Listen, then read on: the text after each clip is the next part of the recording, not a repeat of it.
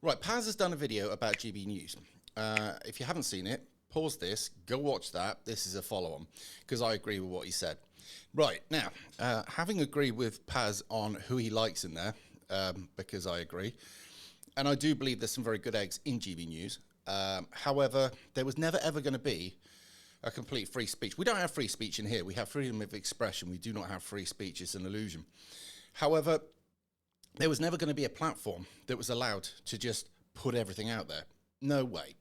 There are laws in places, and there's other things like D-notices and whatever, that stop you reporting on stuff. Now, the questions as to why that is the case, they could say that it's public security, it's a need to know, or it's not in the public interest, or it could be 101 reasons. But the truth is, they don't actually want you to know what's going on out there, because you yourselves would throw a fit, rightly so, and they don't want to have to control the situation or the fallout from their bad policing, their bad whatever it is they brought back. Say, for instance, the grooming gangs in Rotherham. There was a D-notice put on that.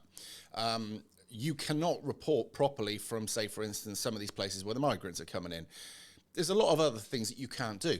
But there's many things in the world that you can't point a finger at, and you certainly can't point it in a bad light. But as Paz has said, they're now saying that they can't talk about things. Now, there's a difference between controlled opposition, those that are put into place by the system, okay, to give, say, for instance, a belief that there is a fair left and right talking about different talking points. No, I believe there's probably or organisations on the left that can't talk about stuff. A lot of it they won't want to talk about anyway, and they don't report openly and honestly. Now, we've been sick and tired of legacy media for the longest time. And we thought when GB News, well, some of you did, when GB News came out, that it would be an honest breath of fresh air. And I think to start with, it did go into areas that the legacy media wouldn't, right? I'll give it that. However, I knew that what this thing was always going to be, because I'm cynical and I've lived a little bit and I've done a lot of research and I've looked at a lot of things, and I look into history. History is a great indicator of where we're going, by the way. To need to know where you're going, you need to know where you come from first. So I knew that they would never, ever let something replace the BBC and tell you what the government's up to, what really is happening in the UK, and what's really happening in the world.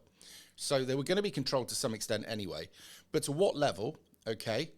And I actually believed that had they a bit about the truth, they'd have been binned off ages ago. And the fact they weren't binned off, that sort of backed up my theories.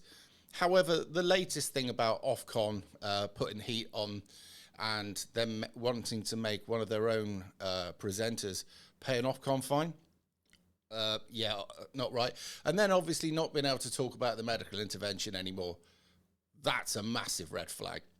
But a lot of you did believe that it was going to be a good thing.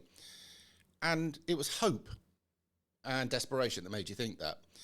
But some of you are going to realise that, I mean, take for instance me. I'm controlled, but not financially.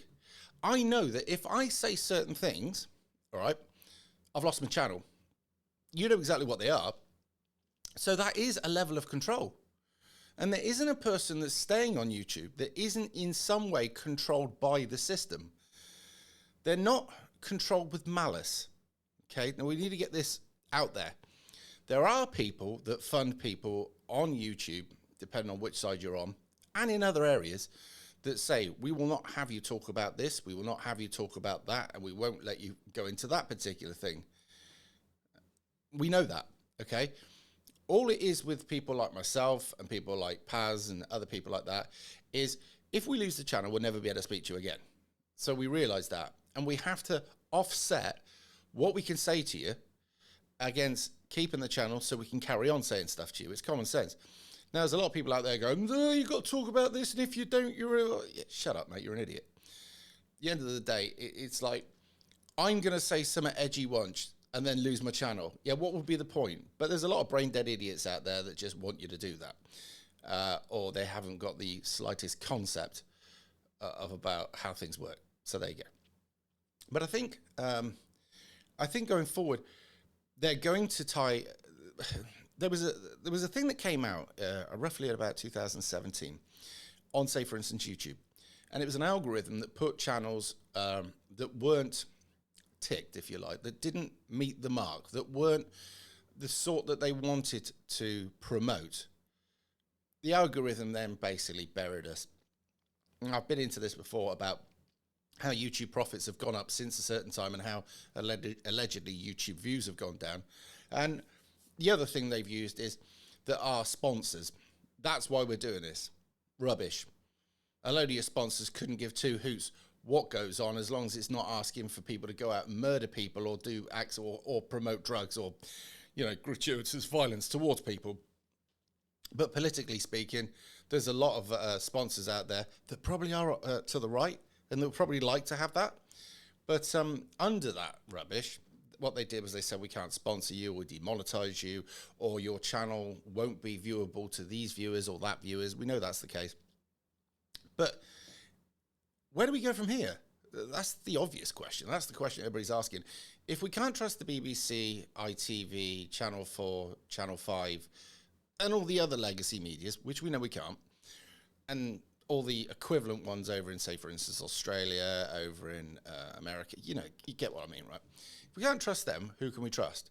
Because there is a lot of disinformation channels out there. It's a fact, right? And there's a lot of clickbaity channels and stuff like that. So who can we trust? Well, the truth is, unless you dig around yourself and use your common sense, I don't know. I mean, I'll give you what I can find out, as will the others. But at some point, we're going to get taken off. And when that happens, I don't know then. I have no idea what to do.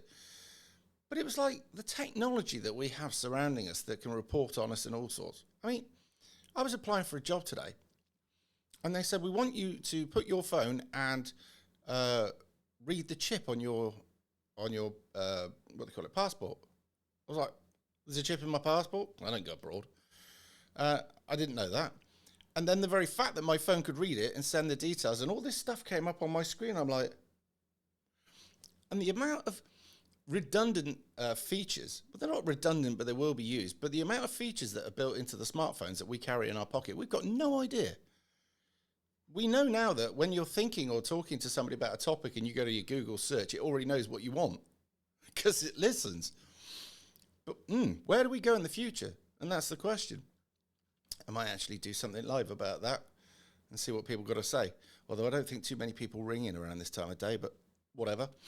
Other than that, I hope you're all well. You might notice there's a slight difference in surrounding. I've moved this around because I've got a load of YouTubers that you probably watch coming to me at a date further on in the year.